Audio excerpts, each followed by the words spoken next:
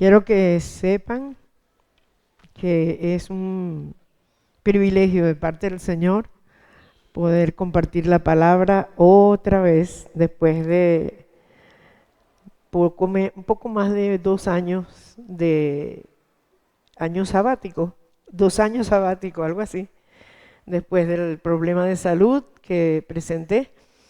Y es un gozo poder hacer lo que siempre he hecho para el Señor, pero también es un honor poder estar aquí en esta iglesia amada. Quizás el más conocido es mi esposo, pero igual es una iglesia ligada a mi corazón también desde hace mucho tiempo. Yo quisiera que usted pudiera pensar en el texto que fue leído de Hebreos. Estamos todavía celebrando el Día de la Mujer. Yo espero que sí, ¿verdad? Espero que no haya cocinado, sino que le estén cocinando algo allá en la casa. O la saquen a comer, algo así. Es un día especial, pero siempre decimos todos los días debería ser el Día de la Mujer o el Día de la Madre, pero sabemos que no es así. Entonces vale la pena este día de caricias afectivas o este fin de semana. Y yo quiero pedir una vez más que toda mujer, grande o chiquita, se ponga de pie. Póngase de pie.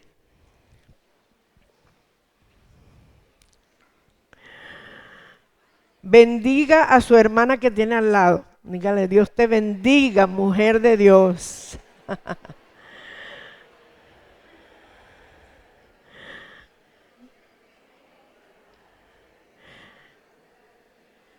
Y ahora voy a preguntar si podrían los caballeros, no se sienten, si podrían los caballeros en esta sala brindarle un aplauso a estas heroínas.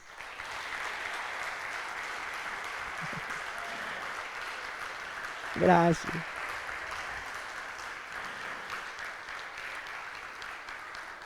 Pueden tomar asiento, mujeres del Señor. Como dijo el pastor, aunque este es un mensaje para la mujer, ustedes pueden también sacar provecho de lo que sería la enseñanza útil para este tiempo. Venciendo juntas a la manera de Jesús. Ese es el tema que el Señor puso en mi corazón y basado en este texto vamos a desarrollar. Como mujeres somos una creación especial y única de Dios. Y vamos a ver por qué. Pudiéramos decir en primer lugar, porque somos frágiles, pero fuertes. Somos vasos frágiles, a veces hay cosas que no podemos hacer, somos frágiles, pero somos fuertes. Alguien dijo por ahí que si en lugar de a las mujeres les tocara parieran los hombres, tendrían un solo hijo y morirían en el intento. Pero mi esposo, que sufre de cólico nefrítico, alguien le dijo que el cólico era como un parto, entonces él cree que ya eso es más o menos lo mismo, algunos lo piensan. Pero somos frágiles y a la vez fuertes para ciertas tareas y funciones, nunca para sustituir a un hombre, pero somos de la manera que Dios nos hizo, de esa misma manera. Él determinó que fuésemos a la vez fragilidad y fortaleza. Somos necesarias para lo que requiere nuestra naturaleza femenina. Hay una capacidad para las multitareas, ¿verdad? Somos capaces de estar cocinando, lavando, barriendo, cargando al niño, etcétera, etcétera, etcétera. Tenemos una capacidad para postergar el cansancio o el sueño, sobre todo cuando tenemos hijos. Podemos hacerlo fácilmente. Tenemos la capacidad para reaccionar cuidando, protegiendo y enseñando a la niñez, no importa si se trata de sobrinos, de hijos, de nietos, de vecinitos, pero reaccionamos hacia la niñez tratando de cuidar. Somos necesarias. pero también somos indispensables para la existencia y para los primeros años de un ser humano. Eso ya está comprobado, no hay que discutirlo. Para que nazca un niño se necesita un vientre, se necesitan 9 meses de gestación que resguardan ese bebé hasta que ya está listo para nacer y el cuerpo de la mujer está preparado para que eso ocurra. Y cuando no es así, pues gracias a Dios por la medicina que ha inventado la cesárea y así yo pude tener 3 hijas. No tuve más porque ya no me podían cortar por ningún lado. Pero somos indispensables para dar vida y para esos primeros años del ser humano. No importa si la ciencia procure la inseminación artificial, la gestación in vitro, no importa si todavía hay hombres que abandonan a sus hijos, ¿verdad? Porque el abandono paterno no ha dejado de suceder. No importa si hay mujeres, como a veces hemos escuchado, que les toca ser madres, pero también padres. Nunca se sustituye a un padre, jamás. Pero a veces hay que cumplir algunas funciones de padre cuando éste no está. Y en ese sentido, entonces, somos importantes en esos primeros años del niño. Somos además creativas, productivas. Podemos tener una profesión, podemos tener un oficio, pero si falta plata en la casa, la costura, la torta, los dulces, siempre hay alguna forma, ¿verdad?, de ingeniárselas para producir plata, para inventar, para hacer las cosas en la casa y ahorrar dinero.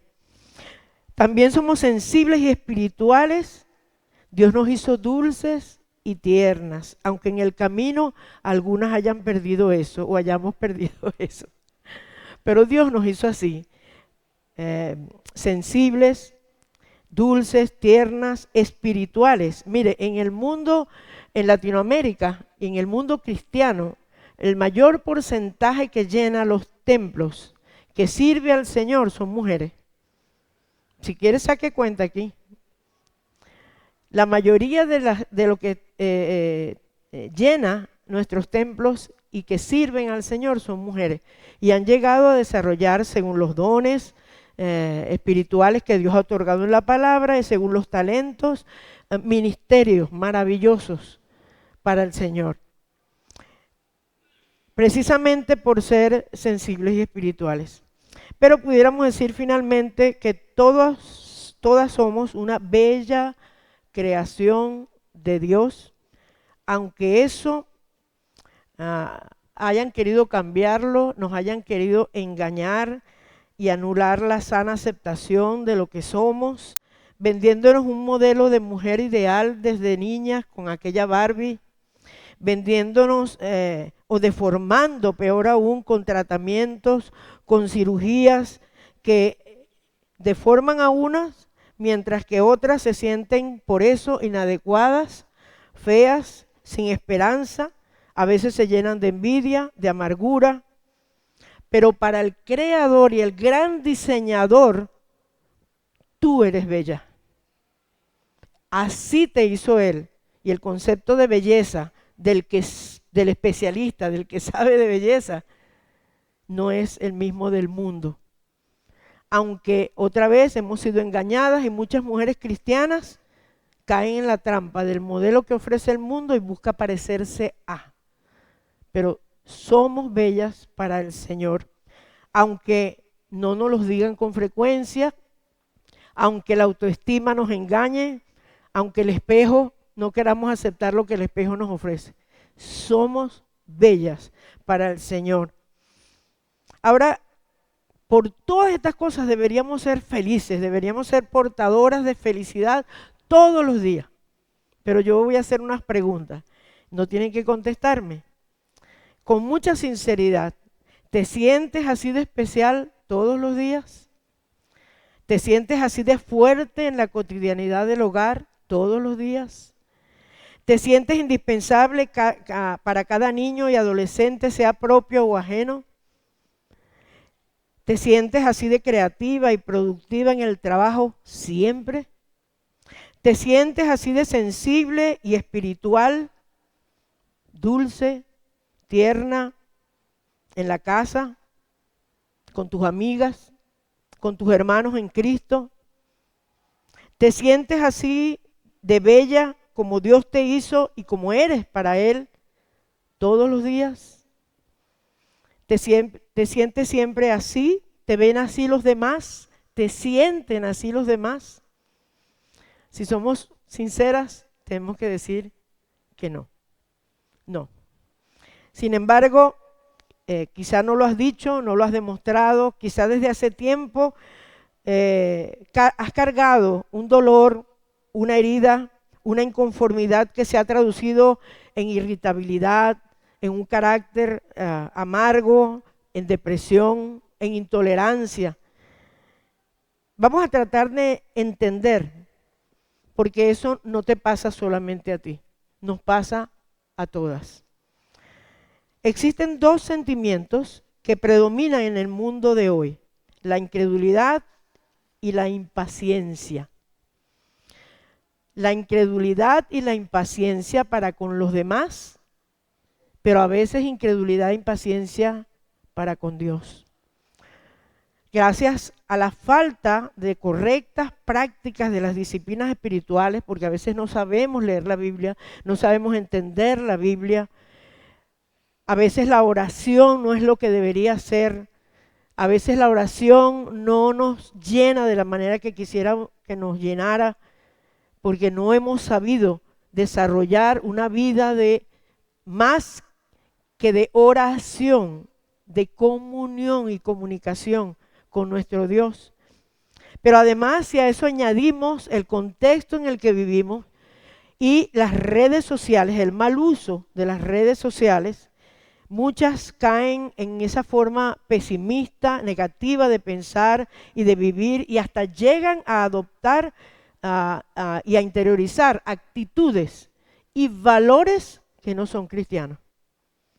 Conozco mucha gente, muchas mujeres, que son mujeres que aman al Señor, pero no han sabido desarrollar una relación con el Señor y se han dejado cubrir con todo esto, y a la hora de tomar decisiones caen en decisiones corruptas, torcidas, inadecuadas, en consejos que no deben dar. Nos pasa a todos, pero estoy hablando a las mujeres, ¿verdad? Como dicen por ahí, yo pongo el zapato, si le sirve usted se lo lleva. Pero nos pasa a todos. Ahora, ¿por qué? Si analizamos el texto, aquí mismo encontramos, y yo digo, en esta palabra el Señor nos ordena, porque vamos a ver varios imperativos aquí, y cuando usted encuentre un imperativo en la palabra, eso no es opcional, tiene que obedecerlo, si no se mete en problemas. Pero aquí se nos ordena,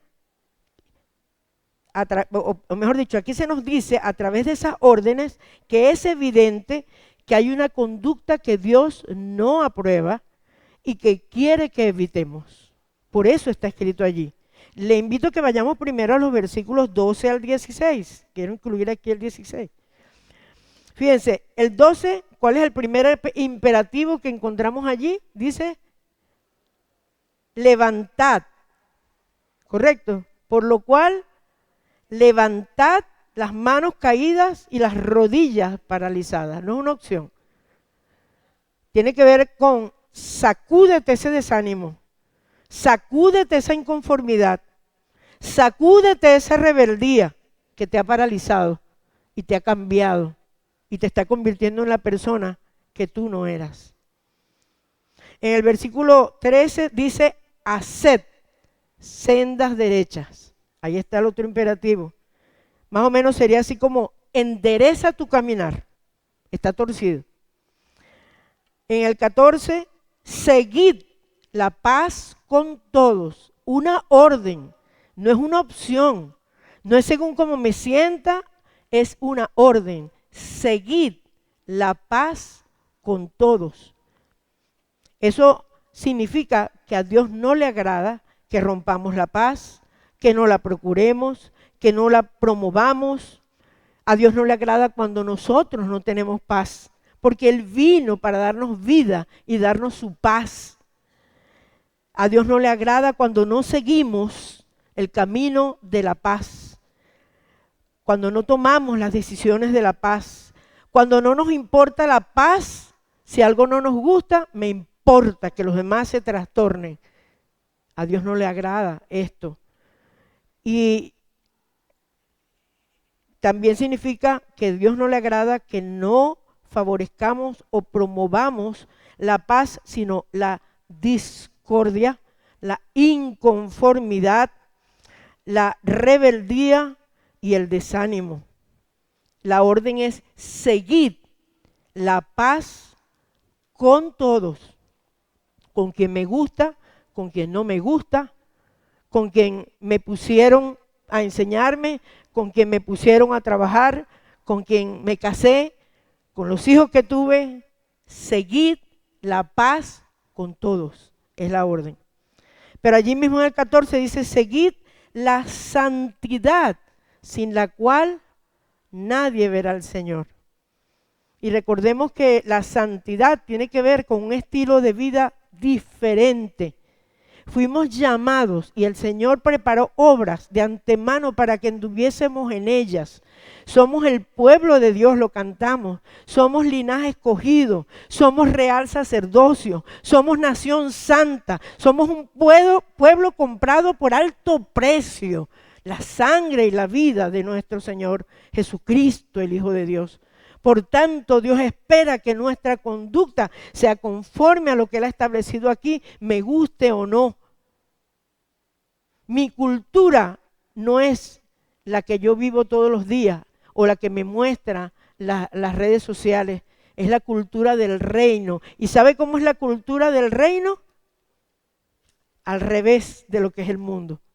Y si no, le invito a leer el Sermón del Monte, capítulo 5 al 7 de Mateo. Ahí está el perfil de un discípulo. Lo que dice ahí no nos gusta. Poner la otra mejilla, orar por nuestros enemigos, dar de beber y de comer a los que nos han hecho daño, etcétera, etcétera. Esa tarea la puede hacer en la casa. Pero ahí está lo que nosotros debemos seguir. Seguir la santidad sin la cual nadie verá al Señor. Y esto es interesante. En Primera de Juan 1:7 dice que si andamos en luz, ¿conocen el texto? Si andamos en luz como Él está en luz, ¿qué dice? Tenemos comunión unos con otros. Y la sangre de Cristo su Hijo nos limpia de todo pecado. Si pensamos esto al revés, ¿qué quiere decir? Que si no se anda en luz, somos más bien quienes rompemos la comunión. Si no andamos en luz con otros, o la falta de comunión con otros, quizás es una señal de falta de santidad. Porque eso es lo que dice la palabra. Si andas en luz, como Él está en luz, ¿cuál es el resultado? Tenemos comunión. No tiene comunión la luz con las tinieblas, dice también la palabra. Seguimos, versículo 15 dice, mirad bien, ahí está otra orden, mirad bien. Quizá alguien afuera lo dirá de esta manera, mosca con esto. Mirad bien, no sea que alguno deje de alcanzar la gracia, que brotando alguna raíz de amargura os estorbe y por ella muchos sean contaminados. Esto es una verdad tremenda de la palabra, porque así ocurre. El problema de actitud que yo pueda tener va a dañar a mi familia, va a trastornar a mi familia, va a trastornar mi relación con otras personas, va a trastornar al cuerpo de Cristo.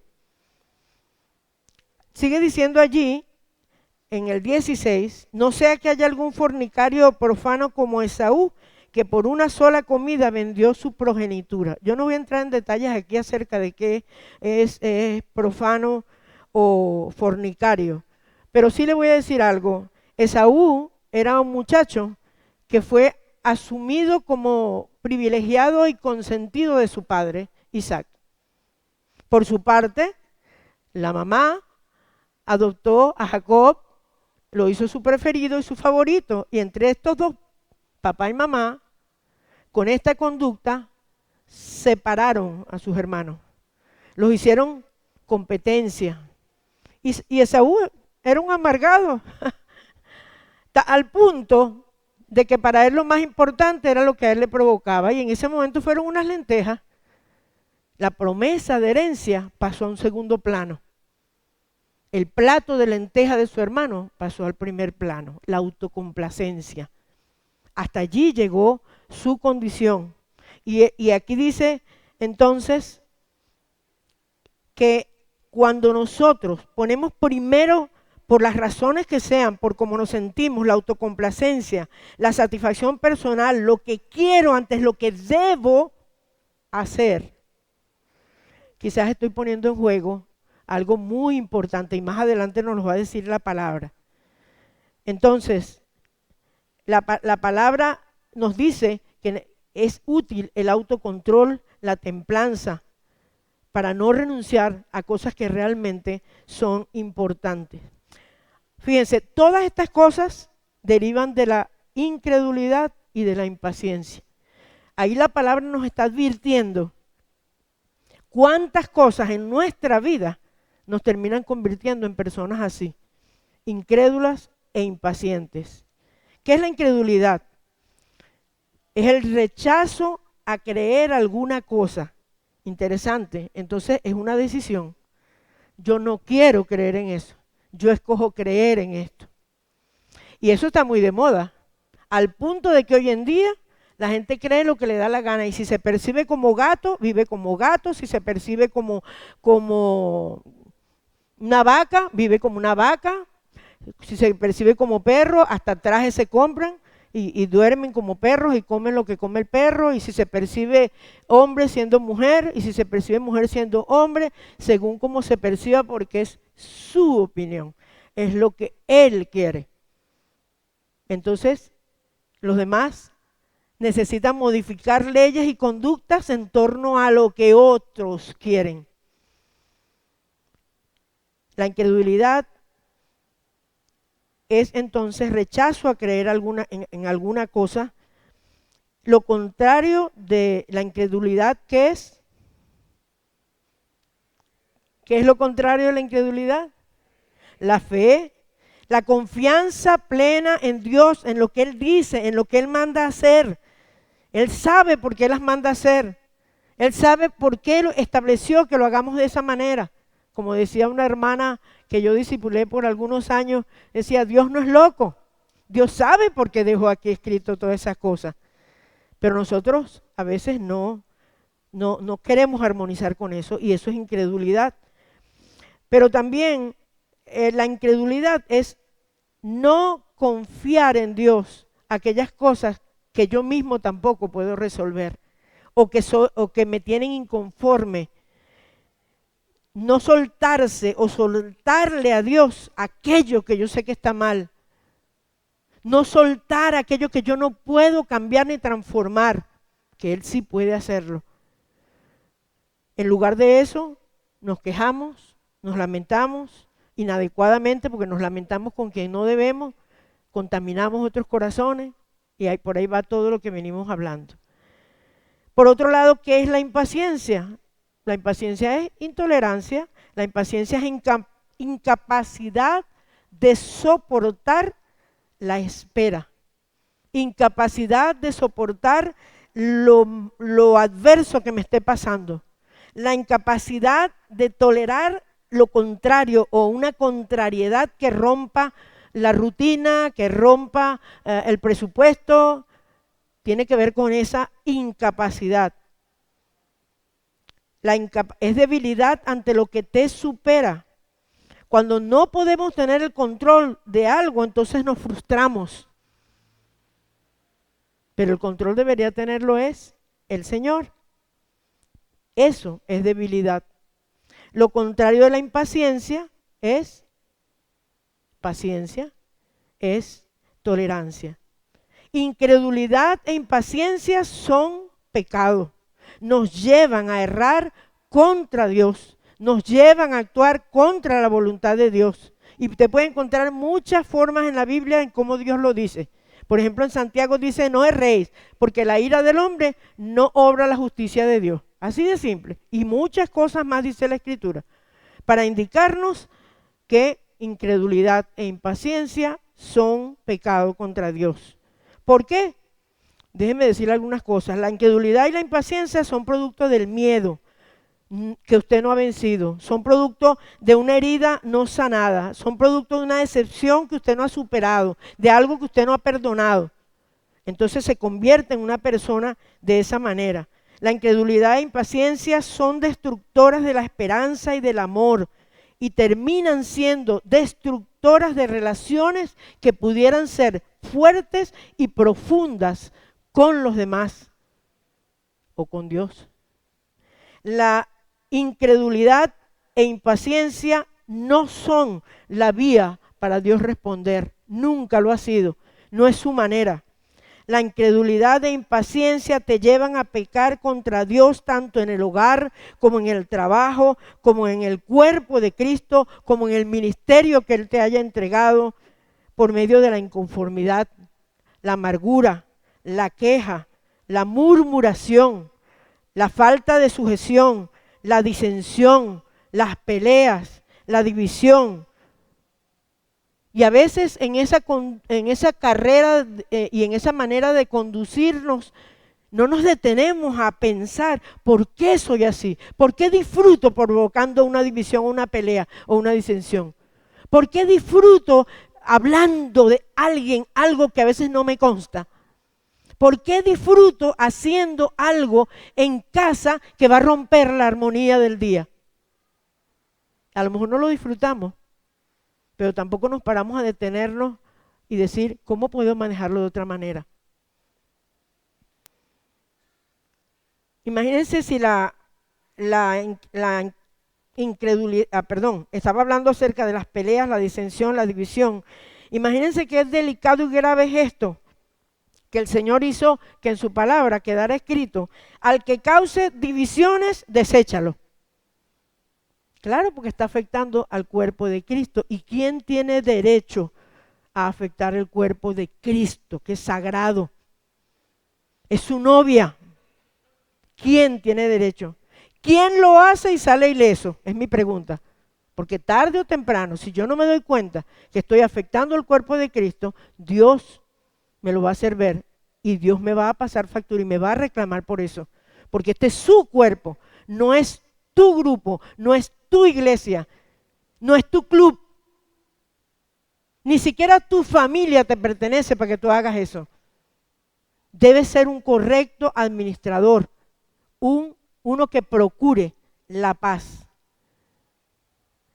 La incredulidad e impaciencia entristecieron e hicieron llorar al Señor Jesús. Cuando el Señor Jesús expresó palabras hacia Jerusalén, las palabras que Él dijo estaban llenas de ternura, pero venían cargadas de un dolor y una tristeza. Cuando dijo, ¿cuántas veces quise juntarte? Como la gallina junta a sus polluelos debajo de sus alas, y no quisiste. Palabras cargadas de dolor. Pero además, antes de la resurrección de Lázaro, el Señor Jesús sabía que muchos no creían. Y ahí está el versículo más corto, Jesús lloró. Y la gente piensa, Jesús lloró, pero era porque amaba a Lázaro. No, si Jesús hubiese llorado porque amaba a Lázaro, no se hubiese quedado más tiempo donde estaba cuando le avisaron que estaba enfermo y viniera rápido.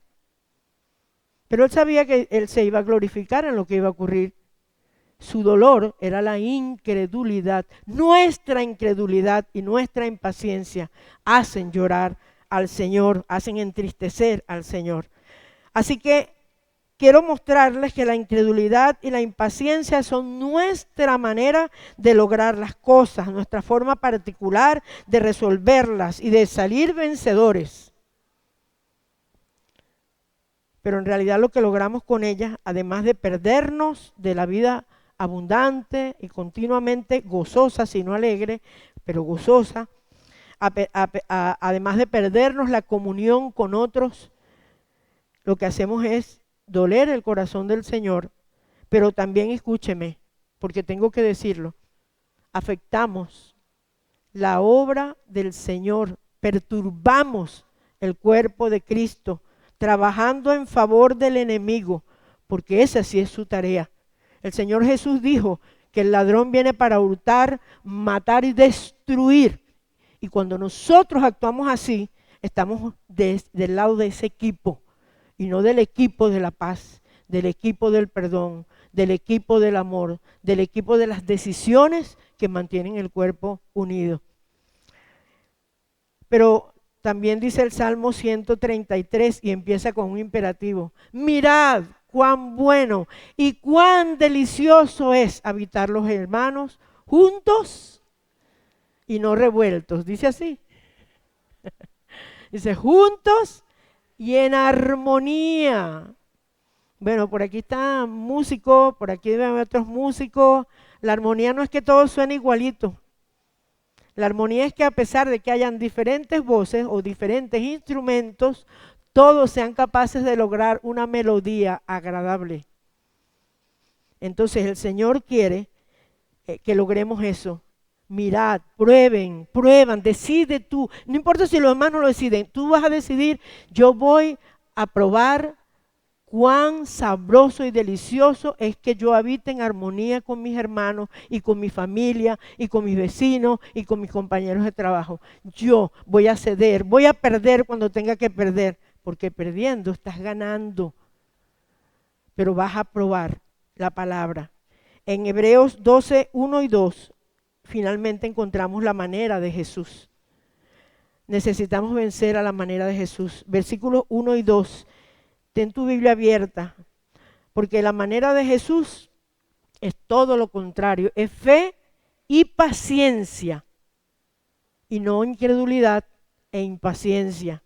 Dice el versículo 1, despojémonos de todo peso y del pecado que nos asedia. En la antigüedad, los acusados de cometer homicidio les hacían un juicio, y si eran encontrados culpables, el cuerpo de su víctima la ataban a su espalda y allí se quedaba amarrado hasta que se deshiciera de putrefacción aquel cuerpo. De tal manera que el homicida cargaba su pecado siempre detrás asediándole. No era solo el olor, era la culpa. Era todo lo que representaba tener ese muerto allí cargándolo. Recuerdan que dijimos anteriormente que la incredulidad e impaciencia destruyen la esperanza, el amor, las relaciones. Llegan a debilitar relaciones que pueden ser fuertes y profundas con otros, que nos llevan a pecar contra Dios en el hogar, en el trabajo, a través de la inconformidad, amargura, queja, murmuración, falta de sujeción, rebelión, disensión, peleas, división. El Señor Jesús dijo, oísteis que fue dicho, no matarás, mas yo os digo, cualquiera que llame necio a su hermano, ya es culpable de juicio. Y si salimos culpables, pues ese cuerpo va, ese peso va a nuestra espalda y estará allí hasta que podamos ser liberados. Dice una segunda manera, en el mismo versículo 1, y corramos con paciencia la carrera que tenemos por delante. Busca ahí mismo el capítulo 10 de Hebreos, el versículo 36 y 37. Versículo 36 y 37 de el capítulo 10 de este mismo libro de Hebreos. Allí mismo detrás, antes de la lectura que estamos tratando, está. Dice el 36 y 37, porque os es necesaria la paciencia para que habiendo hecho la voluntad de Dios, obtengáis la promesa. Porque aún un poquito, y el que ha de venir vendrá y no tardará. Nos es necesario la paciencia para que habiendo hecho la voluntad de Dios, es decir, las cosas a su manera, como Él dice, no como yo creo, y como yo quiero, y como a mí me enseñaron que debe ser, y me llevo por delante a quien sea, sino como Él dice, conforme a su voluntad, entonces obtengamos la promesa y no nos pase como a Esaú, que terminando con incredulidad e impaciencia, terminamos decidiendo por lo menos importante y perdemos de vista el propósito divino, lo que complace al corazón de Dios y lo que corresponde a nuestra bendición por obedecer esa palabra. Y la tercera manera que encontramos es en el versículo 2. Puesto los ojos en Jesús, el autor y consumador de la fe, el cual por el gozo puesto delante de él, sufrió la cruz, el objetivo, el propósito, la razón por la cual estaba aquí. Se enfocó en lo importante. Sigue diciendo, menospreciando el oprobio. Sí, el Señor Jesús también sufrió contradicción de pecadores.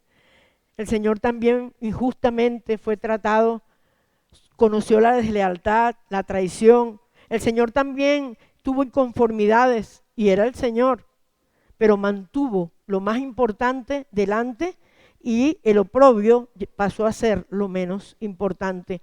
Y se sentó a la derecha del trono de Dios, es decir, venció, que es lo que queremos, vencer juntos a la manera de Dios o vencer juntas a la manera de Dios. Voy a darte aquí una ñapa. No dejes de hacer lo que Dios te ordena para perder el tiempo en lo que Dios no te ha pedido que hagas. No te pongas a arreglar el mundo y a decirles a otros cómo hacer lo que Dios dijo.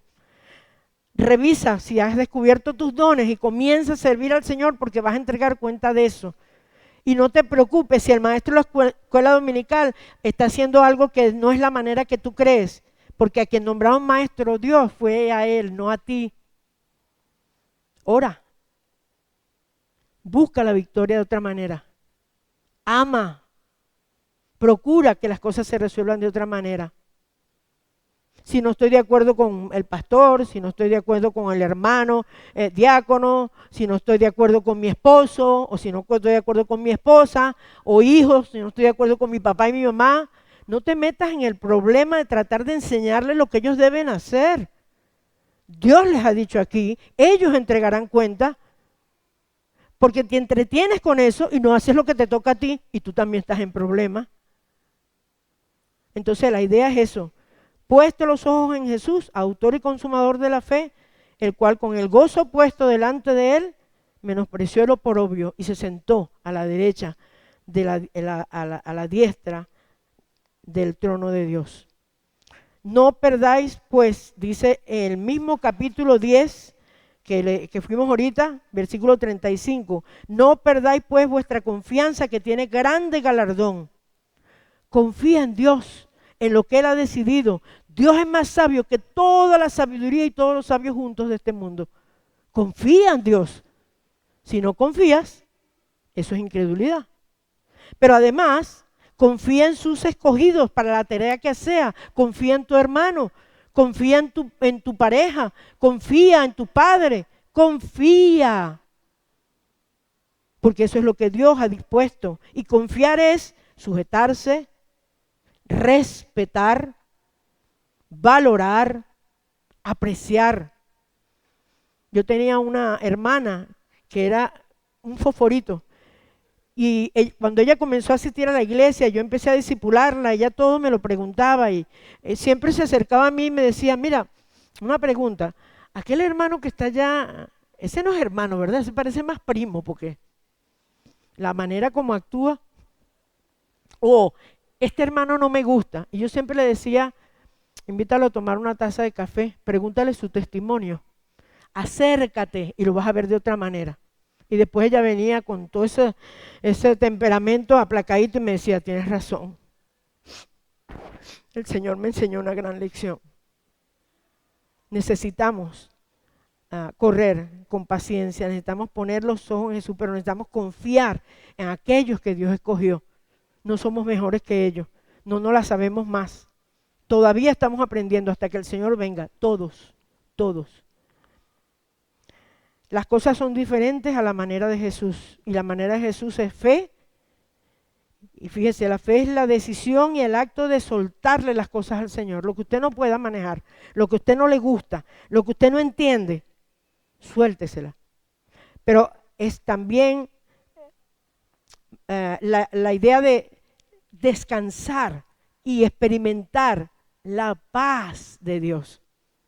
Porque mientras estés ahí enfocado en aquello que tú quieres resolver, pero no puedes o no entiendes, pero hay que resolverlo, no vas a tener la paz. Pero la paciencia también es decidirse por la fortaleza. Elige la fortaleza para superar aquello que no entiendes. Elige la fortaleza para soportar lo que tú no puedes cambiar ni resolver. Porque eso complementado con la fe va a hacer que Dios obre. La paciencia es escoger la fortaleza para soportar lo que sea sin sufrir más daño o pérdida de la que tengas que sufrir. Cuando me hablaron de la quimioterapia, que eran por lo menos cada 15 días, 2 medicamentos que iban a producir cualquier tipo de cosas. Y después venía 12 semanas el tratamiento seguido, que iba a producir otras cosas. Yo sentí cobardía. Casi que digo, ay, no, vamos a quedarnos así, total. El Señor si quiere me sana, como decía mi papá, Señor si quiere me sana sin doctor, sin medicamento, Señor si quiere me lleva de una vez y salgo ganando también. Pero entendí que no. La confianza, el ánimo de mi familia me alimentaba y yo sentía que yo tenía que reaccionar de la misma manera por ellos. Y yo dije, ¿y si se me está presentando todo de una manera tan rápida? Bueno, hay que hacerlo. ¿Cuántos pinchazos serán? Porque no es el del tratamiento que te toca. Es que ese día que te toca, te pinchan aquí y pelas la vena. Te pinchan aquí y pelas la vena. Te pinchan aquí y pelas la vena. Pinchan aquí y pelas la vena. Vamos a intentar y orar que la enfermera supiera también hacer su trabajo, porque eso ayudaba. Pues. Pero un día dije, ya va, Dina. Como dije cuando me dijeron que no podía parir normal sino por cesárea. ¿Cuántas personas delante de mí ya han pasado por esto? Si ellos pueden, yo también. Con la ayuda del Señor, elige ser valiente, elige la paciencia, elige la fortaleza para esperar, para superar lo que tú no puedes resolver. Porque la fe nos ha sido dada, escúchame bien, la fe nos ha sido dada para ver la respuesta de Dios y la obra perfecta de Dios. ¿Qué es Hebreos 11.1? ¿Qué dice Hebreos 11.1? Es pues la fe, la certeza de lo que se espera y la convicción de lo que no se ve. Si te vas a volver impaciente y te vas a cansar porque algo que tú quieres aquí no se produce ya y no lo produce Dios de la manera que tú quieres, yo no sé qué va a pasar entonces con respecto a la vida eterna. En el camino vas a perder la perspectiva y vas a creer que también eso es embuste. Fíjense qué importante es la paciencia y el creer. La fe nos ha sido dada para permitirnos ver la respuesta de Dios, de su obra perfecta. Pero la paciencia es el complemento, porque la paciencia nos ha sido dada para ayudarnos a esperar el tiempo perfecto de Dios, para no arruinarlo con nuestras decisiones y nuestras maneras de hacer las cosas. Fe y paciencia son la manera de Jesús. Yo quiero invitarles a que inclinen su rostro.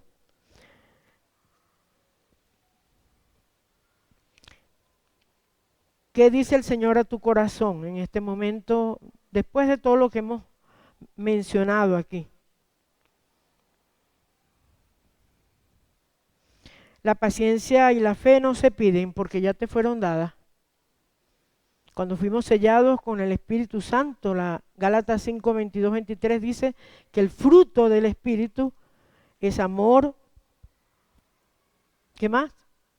Gozo, paz, paciencia, benignidad, bondad, fe. mansedumbre, templanza. La fe y la paciencia demandan una decisión. Tienes que tomar en algún momento la decisión de vivir con fe y confianza plena y con paciencia. De otro modo vas a afectar tu salud, vas a afectar tu entorno, vas a causar deterioro en tu propio hogar, en tu iglesia, en tu trabajo y no vas a tener paz. La fe y la paciencia se fortalecen con la obediencia. Una vez que has tomado la decisión, entonces obedece, así como los que a veces estamos enfermos, un día a la vez. Vence un día a la vez obedeciendo, haciendo lo correcto, así no te guste o no estés de acuerdo. Hoy elijo obedecer la palabra. No importa qué me va a costar eso. Déjame decirte una clave. Como el ejercicio físico, también al espíritu, la obediencia, un paso de obediencia te fortalece para el próximo paso de obediencia. Pero la desobediencia te debilita cuando tengas que seguir obedeciendo. Ocurre igual que el ejercicio físico. Si vas todos los días, al principio duele, pero después vas a sentirte bien. Pero si paras y lo dejas por un año, va a ser como empezar de cero. Fe y paciencia. Es necesario vivirlas,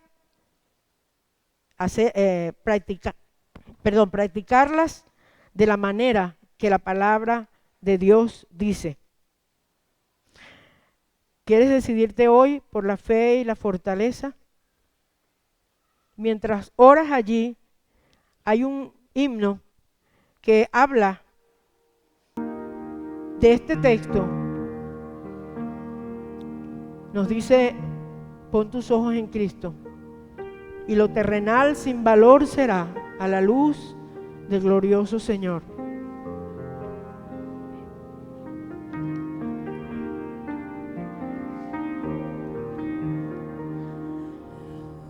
Alma cansada y turbada, sin luz en tu senda andarás. Al Salvador mira y vive, del mundo la luz es su faz.